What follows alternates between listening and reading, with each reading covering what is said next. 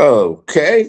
Welcome to Detroit in Black and White, our Friday edition. I'm Adolph Mongo, and for our first 30 minutes of the show, it's me and the Queen, attorney Vanessa Moss. How you doing? I am doing just great. Good evening. Good evening. Listen. Good evening to all of you that are watching Detroit in Black and White, and all of you that are going to join Detroit in Black and White, our Friday evenings edition. You guys already know what we want you to do. We want you to hit that like button. We want you to subscribe, and you know how much it costs to subscribe to Detroit in Black and White? It's free and share. You can catch us on all social media platforms. If you want to participate, guess what? You can participate by making the comments in the comment section, but you can also use your phone. You can use your phone, you can use the camera, and you could come on into the room. Thank you so much for watching Detroit in Black and White. I will give a shout out to there's some people who joined pretty early. Derek Henry, Karen Winston, 634. She said she liked my braids. Girl, I don't have no braids. uh, Okay. and Mr. 1213. Good evening, good evening, good evening for all of you guys that have joined us so far in Detroit Black and White. We and I want to say good evening to those that are joining us on Facebook. Well, you wanted to do a tribute to African American History Week is second to the last day. Why don't you do it in the So beginning? yeah, I'm Before gonna do mine. It's personal. I want to give a tribute to both women that have had a major impact on my life. That would be Kathy, formerly Kathy Moss Williams. That would be my mother. She was a champion of Vanessa. She was a strong woman. They Unfortunately, sure was. yeah, unfortunately, she's not here, but she was I mean, she supported me in every single endeavor and She's was still here. always encouraging. She was like, hey, don't worry about it. You can handle it. I also want to give a shout out and a tribute to my grandmother. A lot of us have families who, as we say in the church, to stand in the gap. But my grandmother was a very strong woman, very encouraging. I remember when I was living with her, and she said, listen, don't worry about having anything to wear to your high school graduation. If you have to cross that stage with a sheet, you're going to do it. When I graduated from Wayne State University, she was there sitting in the front row, cheering me on, more excited than my mother was because her grandbaby, her granddaughter, and I'm not the only granddaughter, but she and I had such a wonderful, very close relationship. I want to give a shout out to her. This is a woman who did back in the day what they call day work. She did day work and she sold Avon. And then eventually she got a job working at General Motors as a maintenance engineer. That's what we call them today. But she worked in uh, as a janitor for General Motors, and she and my grandfather raised all five of their children, and she pitched in and helped raise some grandchildren. So, and I was fortunate to have her. So, tribute to two wonderful, strong women. Okay, well, that's good to hear. My grandmother's name Violet Essie Beatty. Okay, so our guest that's coming on, I met him uh, in here in Detroit, and we worked briefly together for the Honorable Barbara Rose Collins. That's another person that we should pay tribute to. The Congresswoman, ex-Congresswoman, and City Council person uh, who made an impact in the state and in Detroit. It was one of her bills in Lansing that made it possible to put dates on food. You know, when you look and go into the grocery store, every time I do and look for some meat, Mhm. I think of Barbara Rose Collins. Okay. Our guest tonight is a candidate for the state Senate. Name is Korey Hall. Korey, what district are you running in? Well, first of all, good evening, Mr. Mongo. Good evening, Ms. Moss. I'm running. My name again is Korey Hall. I'm running for Michigan's 3rd district, which comprises the east side of the city of Detroit. It starts at the Grosse Pointe line on the east, 8 Mile Road on the north. It goes far west as Livernois. It includes Highland Park and Hamtramck, and then all the way down to the river. Listen, our one of our co-hosts is impressed. Jim, who's won't come on until 9 o'clock, says you work for a lot of folks, man. He's impressed by your resume, and you have. Well, we worked together briefly with Bob Rose Collins when I went to lunch and never came back. I wasn't going to tell that story, Adolph. Well, Adolph why was don't my you tell boss. a story? Tell a story. No, I can't tell the whole story. I'll tell part of it. Well, I came in. Adolph was my boss for, I think, about 30 minutes. So I came in and he came out of meeting. He said, I'm going to lunch. And then I didn't see Adolph anymore, y'all. So, but Adolph has always been a mentor to me, and he stayed close to Congresswoman Collins, who was a great mentor to me. And you stole my thunder. I was going to talk about the food dating piece, Adolph, and she taught me a great number of political themes that I still live by to this day. And so for my Black History Month moment, I would acknowledge our late Congresswoman Barbara Rose Collins. Well, why are you running? Why you think you the best candidate in this race? What we got about Vanessa? You said we had about 6 folks in this. Yes. Before I answer this question, I believe in transparency. Korey and I have met each other on the campaign trail. We've been campaigning for some months. We've been low key, and Korey is a wonderful person. I found out last weekend after he and I talked at the 13th Congressional District meeting. I found out thereafter that the race is full of people. That one of our former guests, that would be Adam Hollier, he's in the race. I also found out that John Conyers is in the race. I mean, it is super crazy. A young lady named Ebony, and I told Korey, I said, listen, I believe in transparency and I believe in being loyal.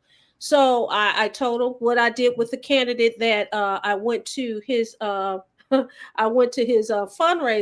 and I told Korey, because you know what, a lot of people I find in this political field, 1, are not authentic, 2, are not transparent and honest, and 3, they're not loyal. Well, I'm all 3. I believe in being transparent. I tell you what you want to hear. I tell you what you don't want to hear. I am honest and I'm loyal. So I met Korey, and I found out it's 6 of you guys, right, Korey? There are actually 8. Damn. I missed you. That's so, crazy. It's an open seat, and that's what happens. This is through the redistricting lawsuit. This is a new 3rd district. It was formerly comprised of part Stephanie Chang, part Erica Geis, and part Mallory McMorrow. And now it's been consolidated to represent the city of Detroit proper and Highland Park and Hamtramck. And, you asked me what makes me want to run for this seat.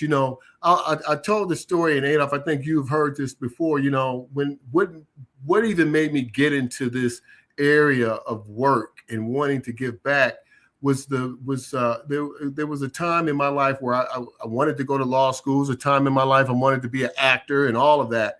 But, there was a felony police stop that was done when I was on my way home from work while I was a college student. And I won't mention the municipality. However, the police officers in that municipality did that same felony stop twice in the same week on me, telling me my car was stolen. And I decided that, there needs to be something that happened. And then I did some study, and I realized that, there are a certain number of people, a finite number of people who affect, and their decisions affect the vast majority of us and how we live and how successful we are in our endeavors in all capacities in life. And I decided I wanted to be part of that decision-making process rather than get the results of those decisions. And so I got a stack of resumes, and I went up to the state house and I just walked around and asked folks for jobs. And I ended up getting a job in 1992 and 93 as an assistant to the clerk of the house.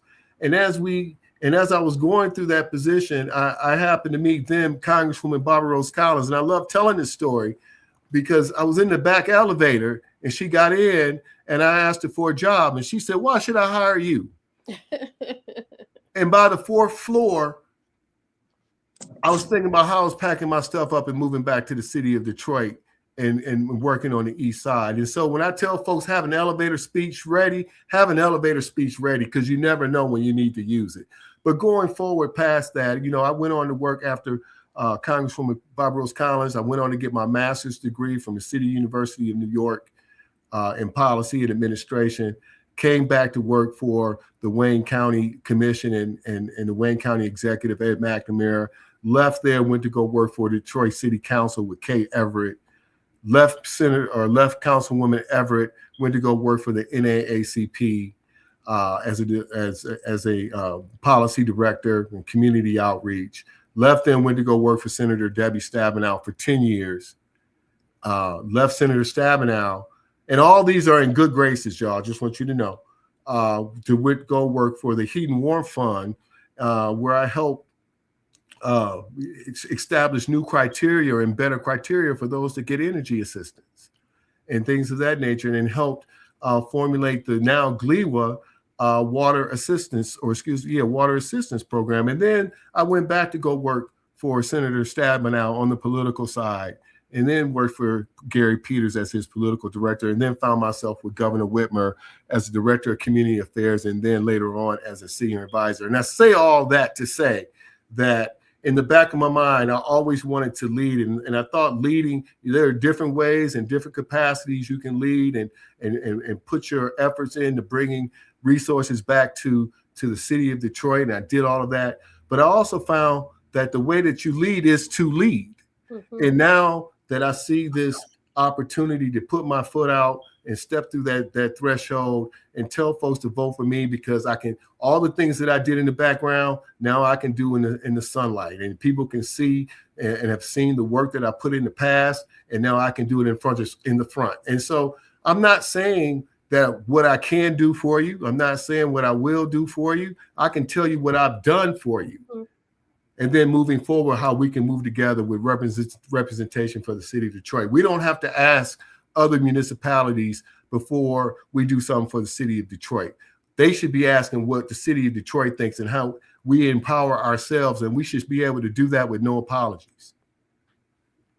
Well, what else do you bring to the table? Folks say, well, you've been a political person forever, and but that's what it takes. I think you got the inside track as somebody that knows how the system work. What are some of the issues in the third district that an elected official that you can tackle?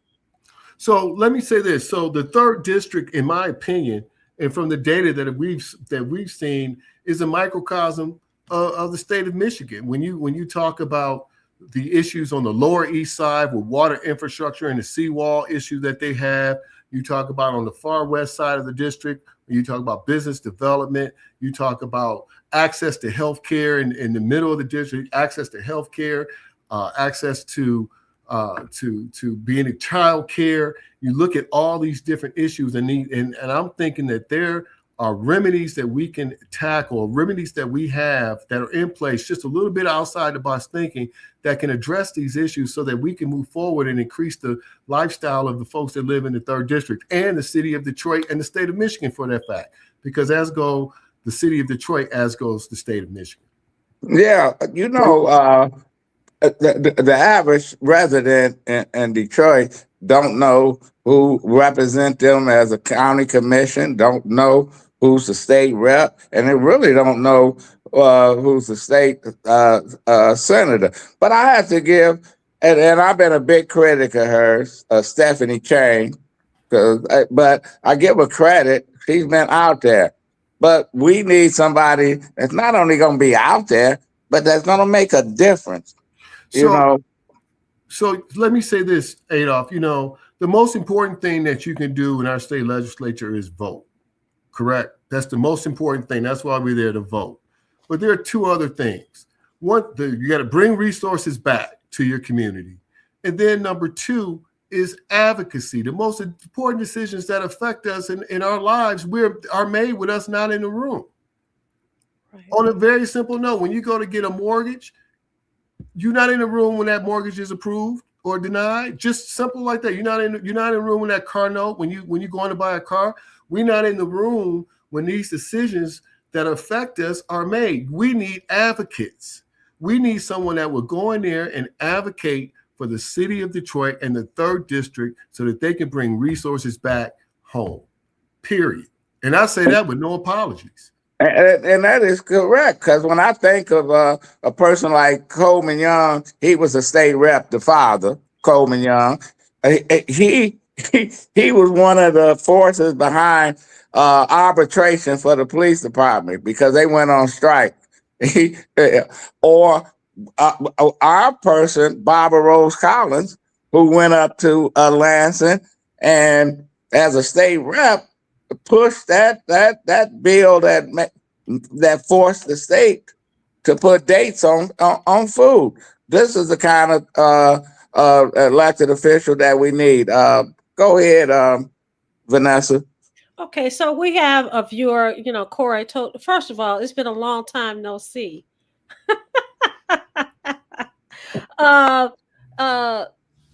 We saw each other earlier today campaigning, but at any rate, Miss Sheila says, we see who's who, I guess. Now tell us what and how you would improve what prior people lacked to do.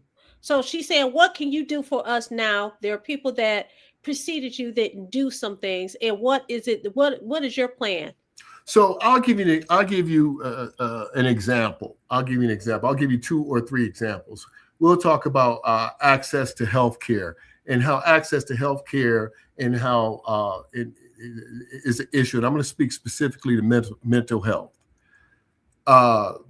We know that we're overrepresented with individuals that may have behavioral and or mental health issues with some type of dual diagnosis or dependency, especially with some of our African American youth. And we look at the ages from maybe 16 to 22. When there's an issue at the home, we'll say it's an issue at the home, and that individual young man or young woman may seem like they're uncontrollable. The first thing folks want to do is call the police to try to mitigate or mediate that situation. What I would say is, and what I've talked about is a behavioral health urgent care center. And I know, and they exist in other states.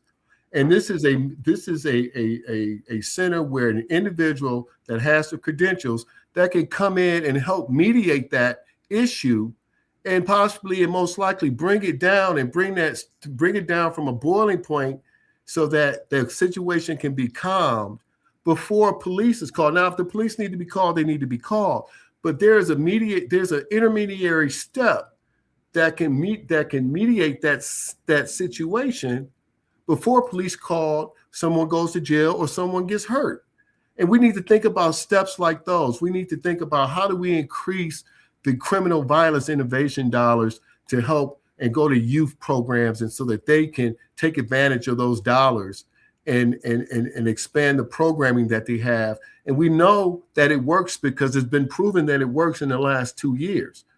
And I would mention that I had a great deal of part to do with getting those criminal violent intervention dollars down to the block level in the city of Detroit and the other urban centers. But those CVI dollars can be used in a myriad of ways to help our youth in conjunction with things like this behavioral health intervention urgent care center to help bring down crime and help these folks that have issues that are healthcare and potentially sending kids to jail.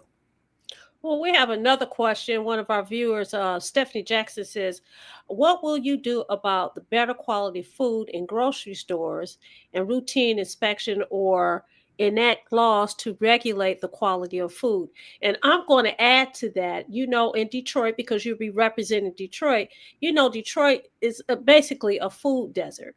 What are some of your ideas to uh, bring it from being a desert to a place where people can go in their neighborhood to a grocery store instead So, of all these liquor stores?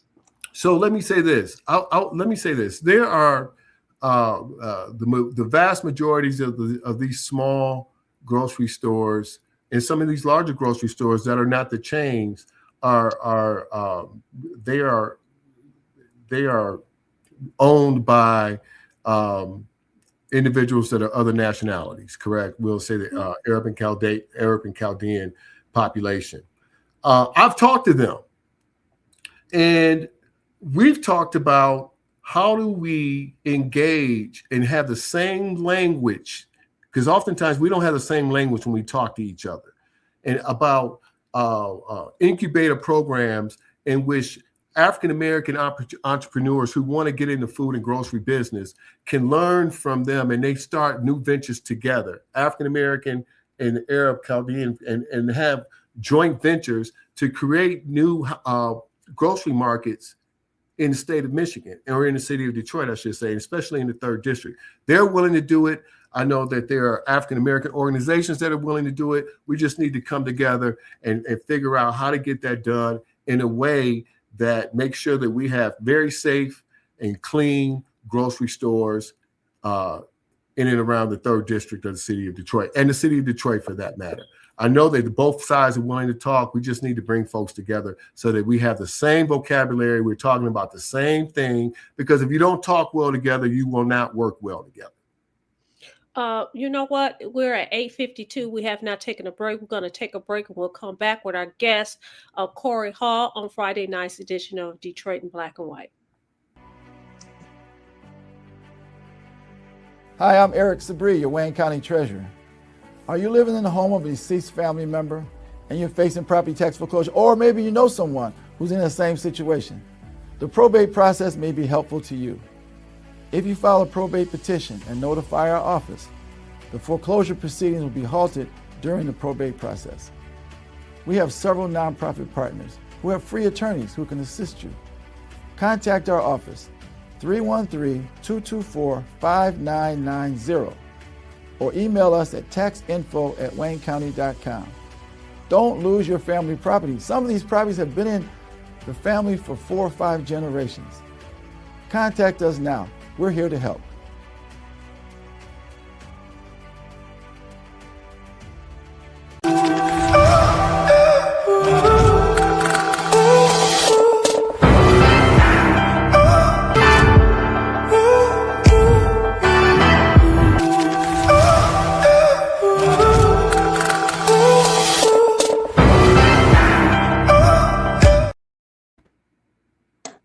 So why don't you read some more questions, Vanessa? I will. First of all, I want to give a shout out to everybody that's watching. I'll name those people, and then you have a couple of questions here. First of all, Janet, thank you so much. Janet Overall, who liked and shared. Felicia Dean, what's up, fam? Stephanie Jackson, Tamika Rainey, Karen Winston, Derek Henry. We also have, Miss Sheila, who did ask the question about how are you going to help vulnerable people, the vulnerable population. Queen Bee, she made a point, and I want to find that point, but basically she said, dang, all those people in the race, I mean, that's, give your opinion as to, she says, I'm going to say, she says, show. I think you can read it. All these people who know they are going to lose. And I'm not talking about Mr. Hall. Run and split the vote and keep us in the same position. She put same in capitalized letters. Good evening, Tracy Huff. Cashmere Moreau, thank you so much. Thank you for joining. She gave me a compliment. Michael Bunch, he joins us all the time. Mike Bunch, thank you so much. He said, hello, everyone. We also have with our Dewayla Boyce. What's up, D Love? She says, hey, y'all. She put a heart in the comments. Stephanie was talking about the grocery stores and how seedless fruit and things like that is not real. Ms. Sheila says people say the green light gas stations are more organized, dangerous if you're not from the neighborhood. So those are the comments.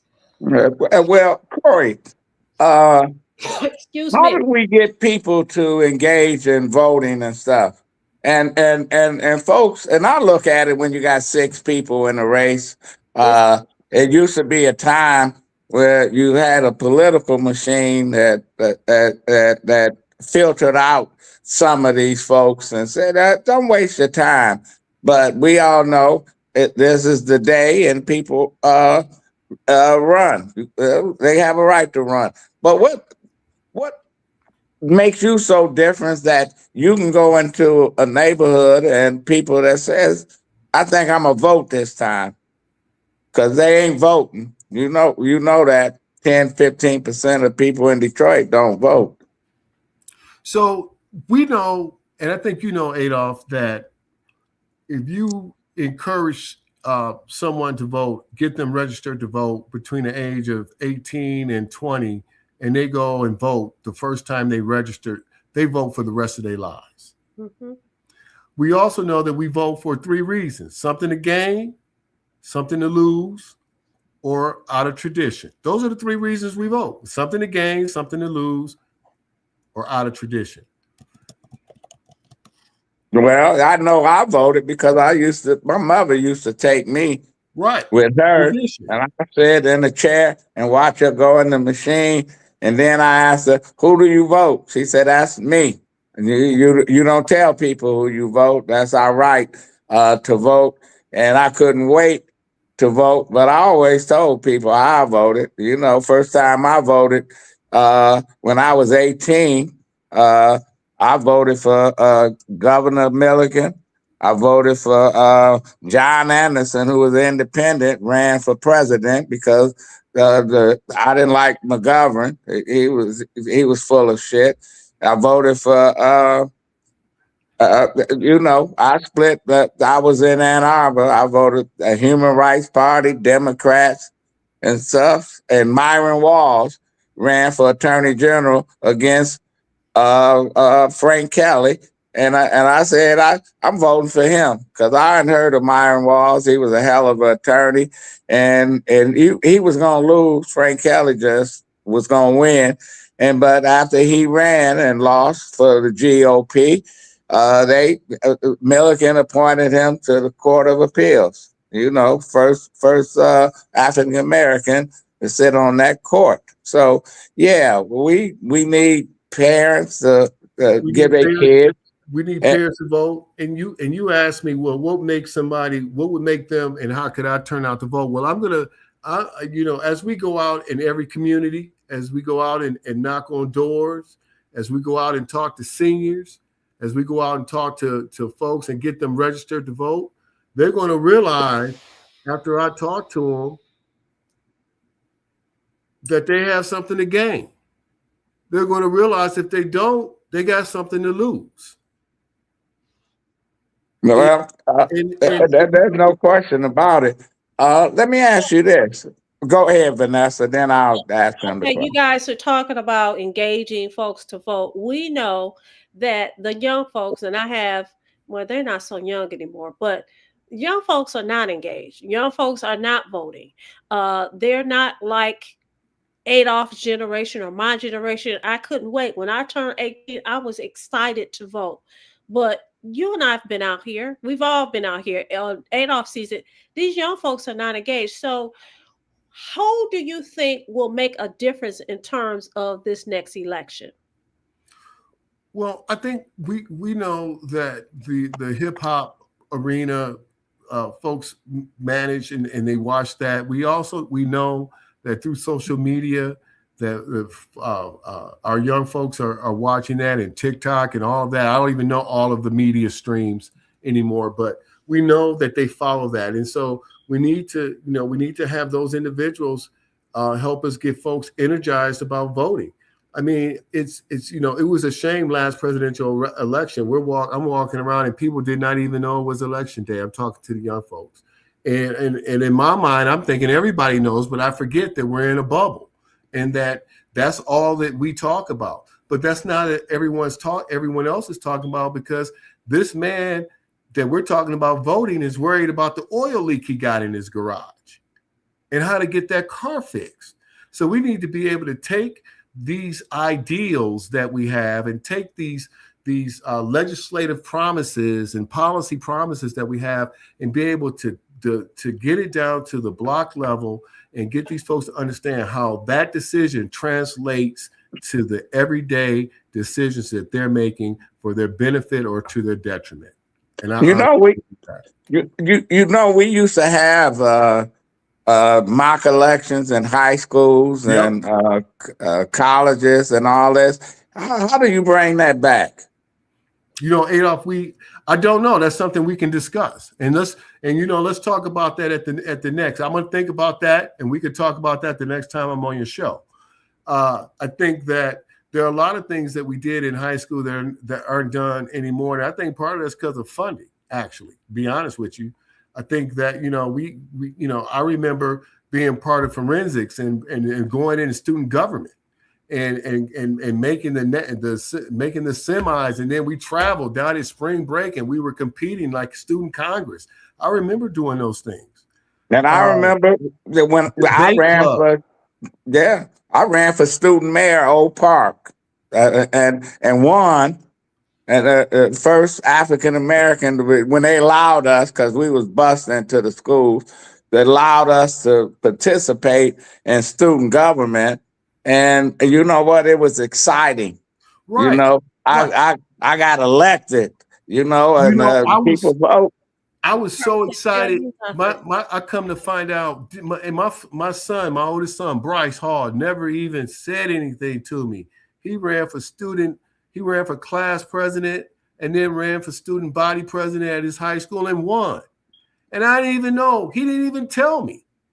But I was his mom and I were sitting there like, you did what? Why didn't you say anything? And I was so excited for him. And I was so excited actually for myself, because it was obvious that he had picked up the bug because he was watching what his parent was doing.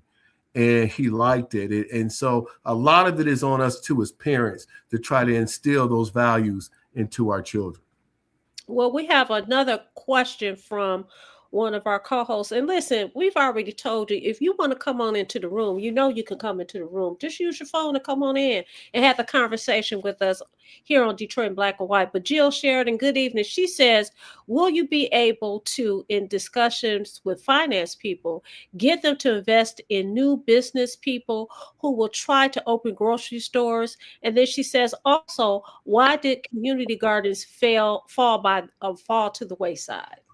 So I'll answer that. I'll answer both those questions. So yes, I will be able to have discussion. One of the things that I was talking to when we were talking about having the same definition and using the same vocabulary is that we were talking about the Innovation Fund, Small Business Innovation Fund, and how do we expand that to include new entrepreneurs who want to take an entrepreneur who has one person or two person. How do we take the Innovation Fund and use those dollars in a streamlined process and get a business that has one employee and get them to 5? How do we take and get them from 5 employees, a business that have 5 employees, and get them to 10? And, it's through technical assistance, it's through grant projects and programs, and it's through government contracts. And we need, again, through that, we need to advocate. We need someone to advocate for those. And those are conversations that I had when I was working with Governor Whitmer as an advisor and talking about some of the things that we can do that help the city of Detroit and our entrepreneurs that are in the city or would be entrepreneurs who just need an opportunity to get their project, their idea or their service off the ground, and how can we help them? And then secondarily, I would say this. I think that we also need to change the state's definition or maybe change some words in our legislation about what a small business actually is. Because we're talking about startups and we're talking about micro businesses. We're not talking about a business that has 200 employees and does $100 million a year, which is officially qualified as a small business. We're talking about micro businesses. Secondarily, the second question, we talk about community gardens. I can say that I worked on urban and community gardens when I was with Senator Stabenow and helped to bring dollars to the state of Michigan and to our cities with urban gardens and garden to school programs and the community gardens. A lot of those programs and dollars that were doled out were federal dollars. And so we can work, and I would love to work with you how we can reinvigorate that program on a state level. Absolutely. Joining us is our resident law enforcement expert, Jim Nardone. Go ahead, Jim. Good evening, Mr. Hall. I guess I have a question, or maybe your thoughts. It's probably not a really easy question to answer, but it seems like the Democratic Party in this state, when they want somebody in office, they don't hesitate to support that individual. We talked on this show frequently about the lieutenant governor and why he wasn't supported to be the governor. I guess I'm a little confused why, when they find a good candidate, where are they now? Why aren't they coming out in some of these races and saying, Korey Hall's been, dedicated to, let's go through the list. This, the governor, 2 U.S. senators, the NAA, et cetera, the heat and warmth fund. Why aren't they saying, he's our guy, y'all back off on this? Because if they want to do that, they typically don't have any problem doing that. Well, as Adolph, Mr. Mongo stated, you can't stop folks from running. And so that's all I'll say with that. Okay. Okay. The question was a lot longer than the answer. Okay. And then also I'll just say this. That's a little bit of I do not work for the Democratic Party. I am a Democrat, indigo blue Democrat, indigo blue. However, I will say that I don't work for the party, and I would hesitate to speak to any thought processes that the party has. But I think that the party has good leadership, and I think that decisions are being made the way that they're being made. And that's I think the party fucked up, and I'm gonna tell you, when they force a person like Adam Hollier to go back from he's running for this office, and then they forced him out of running for Congress again, and he went up to the Secretary of State. They forced him out of that. Then he said, well, I got a term left. You know what? That's bullshit. You know what? You step aside. We need some new blood. You can't keep running for office. And I was glad to hear you was running, because somebody said, oh, who you supporting in that race? I said, I don't know who's running in that race. And the first name they said was Korey Hall. I said, I know Korey Hall. I said, good for Korey Hall. But yeah, I know how the party works. And I can say the party got some people that I don't agree with how they operate, but that's the way it is. And you got 8 people in the race, so you got to make sure that the people that vote know you. Now, if somebody want to get on your team and they want to give you some money or they want to volunteer, how do they get in touch with you, Korey? So they can go to Korey Hall for Senate.com. That's my website. I have all of my material and information is on that. That's Korey Hall for Senate.com. They can call me at 313-218-1828. Again, that's 313-218-1828. Again, that's Korey Hall for Senate.com. People can go on there and that's the same as my Facebook account and Instagram. And you can go on there and say that you're standing tall with Korey Hall.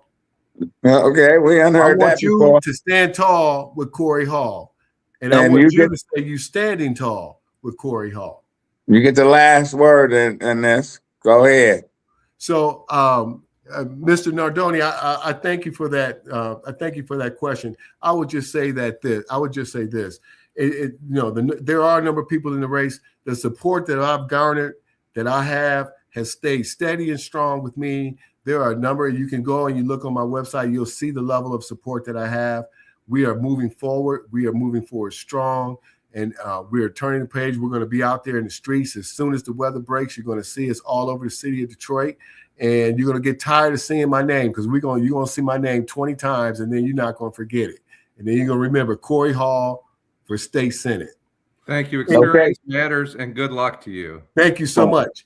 And just thank you. All of my support and all of the experience that I had has led me to the point, and I'm at the nexus where opportunity meets being prepared. Thank you, Korey. We're going to have you back on, bro. Absolutely. Thank you. See you soon, Korey. Thank you so Bye-bye. much for coming. Yeah, I remember when he was just a young guy. There's no question. Still a young guy. Yeah, I got a question for you, and maybe Jim, you could jump in there. Adolph just made a statement. He said that he thinks that the Democratic Party is full of it, and that they basically he talked about Adam and how they put him in this race, and then they took him out and put him. Do you really think it was the Democratic Party? Do you guys think it was really the Democratic Party? I think it was him. Because I'm looking at who is supporting him and who's not, and I don't know. I don't know if that's true or not. But so where do you get that from, Adolph? Where you get that? I get it from because he let them use him, and he moved, and he like a vagabond. He going from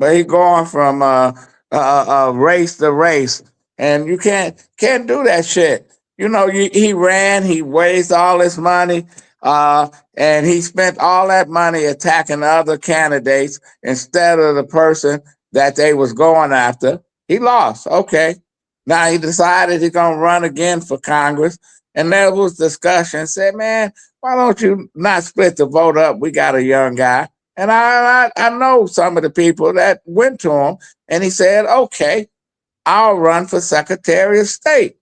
And he decided to run for Secretary of State. And when Whitmer put a poker iron, a red hot poker iron in the ass of Garland Gilchrist and made him get out of the race for governor, he stepped down and said, well, I got one term left, because he gave up his seat and Stephanie Chang won. He supported her. And when he got into the race for the state senate, she's supporting somebody else. You know, the Democrats ain't no loyal, and I'm not a Republican, and fuck the Republican Party, but I say fuck the Democratic Party on how they treat the most loyal people in that party, who hell or high water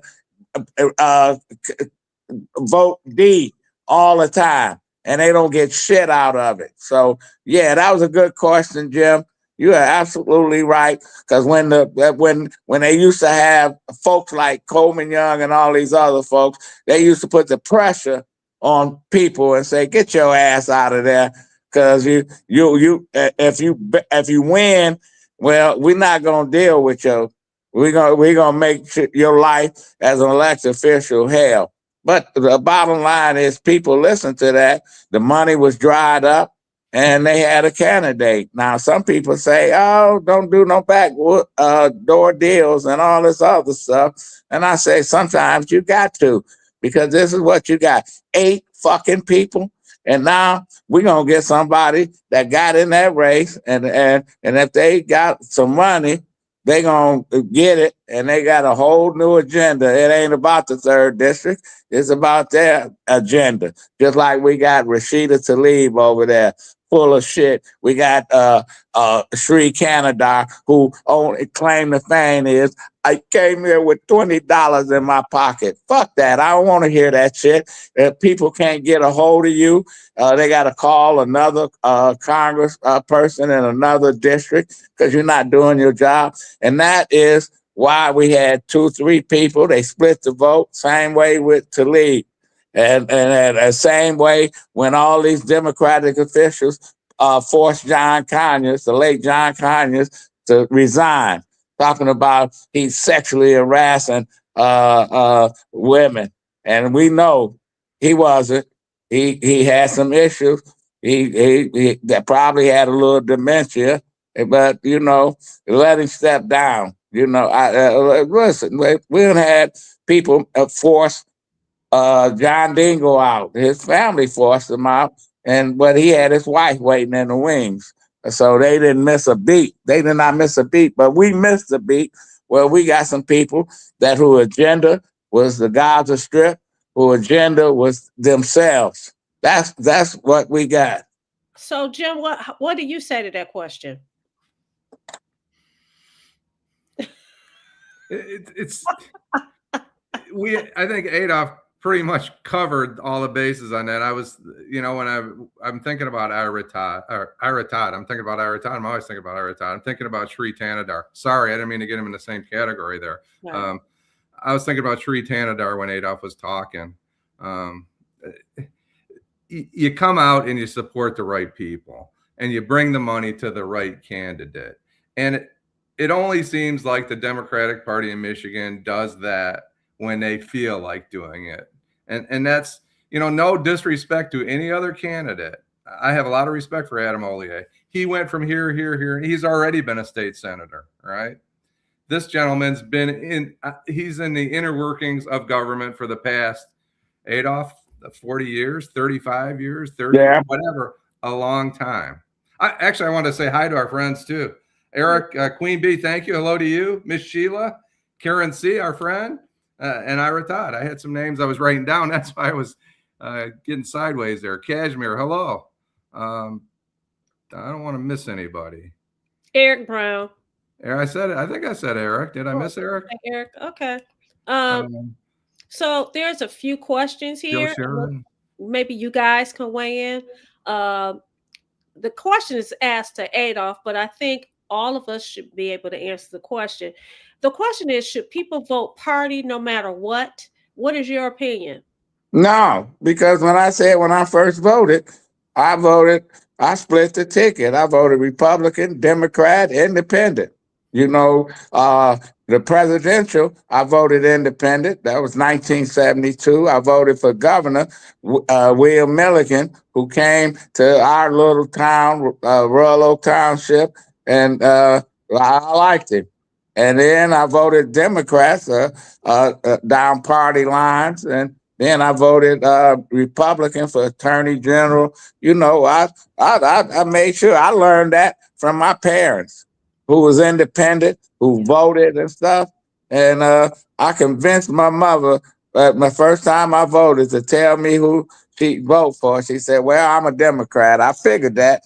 But she voted independent in the presidential race because I kept bugging her and said, how can you vote for, we wasn't voting for Nixon, but how do you vote for McGovern, who, when he found out that his vice president choice had some issues with depression and stuff, and I guess he got some kind of treatment, and they kicked him. He was Thomas Eagleton from Missouri. They kicked him off in the ticket. I said, they ain't loyal. They ain't loyal. And today, they wouldn't blink an eye because the people on medication and stuff. Some of these politicians need some treatment. Yeah. What about you, Jim? I can answer that question. You first, cannot. Hello. Did you say you cannot? Stephanie, I can answer that question. Okay. Thank you, Ira. Thank you, Miss Sheila. Thank you, Kashmir. You made my night. I love you too. I mean, we've got the best friends out here. Here's what I wasn't making the point that everybody has to vote for the Democrat and everybody has to get in line behind this gentleman. All right. All I'm saying, he has all the criteria to represent the 3rd Senate district without question. All right. He's been an insider. He's worked for 2 U.S. senators, the governor. I'm not saying that makes him the best candidate. I'm saying he has the credentials and he should be considered. And if you come out for your candidate, it looks better than just willy-nilly going, we don't really care who gets elected, because they do care who gets elected. The Democratic Party, the people, the union, whoever it is, they care who gets elected. They need to commit, and it just looks like they're not doing that. And they need to care because they only got the Senate by 1 or 2 votes, and they need somebody to come in that's going to be friendly to them. Listen, we had some state reps from the Democratic Party who held the Democrats hostage because they didn't agree with some of the agenda that the Democrats had. Go ahead, Vanessa. So, and my answer to the question is, hey, Hazel Park Taekwondo, what's going on? Angela Beatty, what's going on? Stephanie said, hey, Jim. So as far as I'm concerned, and I've been consistent ever since we've been on Detroit in Black and White, I'm an independent thinker. And so if I have to pick a party, I'm going to pick the blue party. But when I go in that voting booth, I vote for individuals. I don't vote for party. I don't circle that over at the top and do straight Democrat. I don't. I do my research. I think that people owe it to themselves, to their community, to make sure that they know the individuals that they're voting for and what they stand for. And not just right before the election, they get up and, they have these speeches. Korey just talked about an elevator speech. I don't believe in canned speeches. I don't. I'm a different kind of a candidate. I talk about what's on my heart, what I truly believe in. So I think that people should vote their conscience. And their conscience should not be all R or all D, unless that's how you feel. But to me, that's the easy way out. That to me is the lazy way out. I'm not in conflict. My position's not in conflict with that. I'm sorry. Go ahead. Like Adolph, I am an independent thinker. I have split my vote. And I got that from, again, my parents, my father. Hey, he will vote a certain way with certain people and a different way with other people. You know what? The issues that are before us impact us differently. There may be something that the Democrat Party stands for that you align with, and there may be something that the Republican Party stands for that you align with. So I think we owe it to ourselves. Stop being loyal to a party. Be loyal to yourself. Be loyal to your community. And be loyal to a party. And as far as I'm concerned, some of these parties, listen, it's like being in a bad relationship. Yeah, but sometimes you got to be loyal to the person. And and folks are loyal to people. I remember taking my father to vote. He in his late 70s, early 80s, and he looked at the ballot. He said, "I'm only going to vote for one person." I said, "Well, you need to vote." He said, "You can tell me the other folks." He said, "I'm voting for John Peoples, who was sitting on the city council." He said, "Because I know him. I've been knowing him 40 years, and I like him." And I was saying in my mind, fuck John Peoples, because I'm not voting for him. But he was loyal to John Peoples, and he knew who he wanted. Foremost was John Peoples. So, I got that attitude because as a political consultant for a long time, I started out, I'm only going to be Democratic and all this. But then I come find out there's folks on both sides of the aisle that I like. I like that person, and I can represent them. And I got beat up sometimes. Say, why are you running that campaign? She's a Republican, and then the judge, I said, she's running for a court of appeals. I said, man, she's gonna be good up there because you got to look at her record. I said she got a great record, and I'm gonna keep representing her. So that's my take. And I represented people, ran on the Green Party, and I know they wasn't gonna win, but they made a difference because they split the vote, and that's what we wanted to do anyway. They split the vote and caused somebody to lose. That's somebody I didn't support. So. You got to do what you got to do.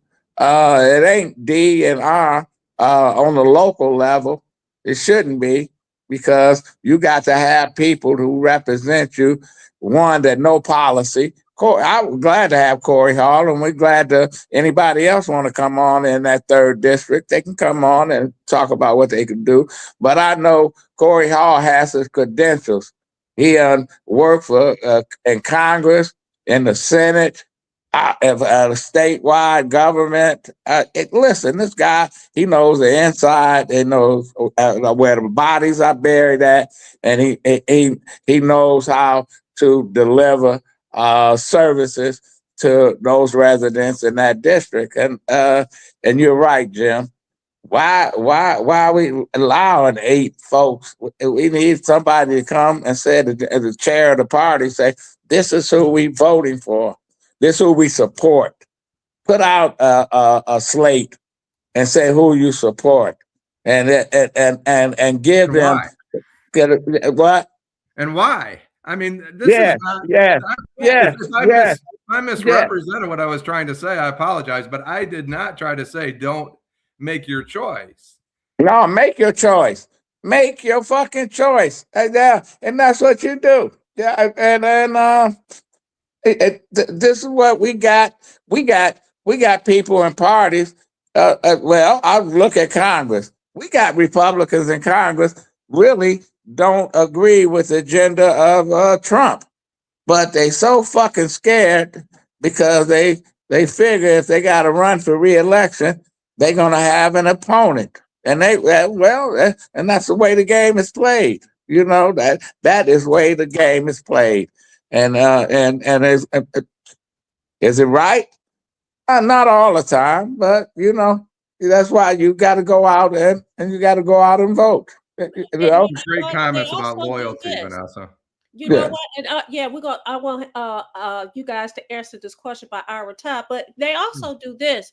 When somebody is independent enough and say, "Yeah, I'm a Democrat, but this is how I feel." And I'm talking about Fetterman the other day with when the president of the United States gave his State of the Union address.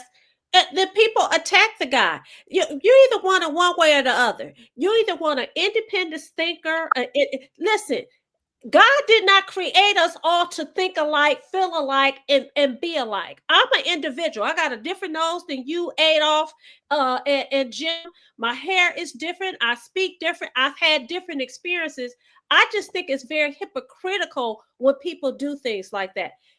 Having said that, you got a question up there. Says, do you all think that Duggan is going to split the vote in the next election? And I guess they're asking that because of the conversation that we're having. Well, I think Duggan potentially can split the vote, but I think Duggan potentially could win the race. You know, I work with Duggan. I know this son of a bitch.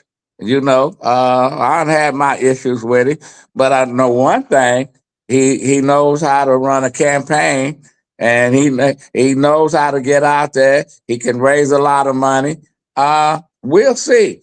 But I think he's going to have a hard time to get hardcore Democrats like my father was, that always put that D there and go independent. I'm not going to say it's happening, but if he can get some of these people out to vote in Detroit, a huge amount, he's going to get some Republicans. He's going to get people that's been independent. He's going to get some people that hadn't voted since Obama or whatever. But you know, he's going to be a force. Go ahead, Jim. I want to answer Ira's other question if I could. Yeah. Go ahead. Go ahead, Adolph. No, you get the last say. I'll just be done here. I'll be brief, but Ira, this is what I think. I think Jocelyn Benson, was handpicked. Ryan Fredericks, who is Jocelyn Benson's husband, used to work for Mike Duggan. They're both connected. Ryan Fredericks and Jocelyn Benson are connected to Stephen Ross, the billionaire. And I think Duggan got pushed out of the Democratic position, I'll say, to become governor by the group of people, Whitmer and Stephen Ross and Ryan Fredericks, who is the husband who raised money for Mike Duggan. And Duggan went, yeah, he did. And he did, and he looked at the tea leaves and said he's not gonna win. Vanessa, you get the last say. Well, I don't know. I'm hard pressed to say that I think that he will win as a governor for the state of Michigan. The reason I say that is that Adolph, you talked about your dad that is a hardcore Democrat. You and I, all of us, had talked about who usually determines who's going to be in office. It's the seasoned folks, and the seasoned folks have been trained, right? Especially in Detroit, they're going to darken that over for D unless they're trained to do something different. I just don't. I right now I can't see it. I cannot. And I Now, remember am one of I my advocating for any of the candidates? No, I'm not. I'm just saying that's how I see it. yeah, and I'll end it here with one of my grandfather, my mother father who lived with us. He was a hardcore Republican. Because that was how, when he grew up, Republican Party looked out for black folks in certain areas, and you couldn't tell him that to vote Democrat. This is what he did. We'll be back tomorrow.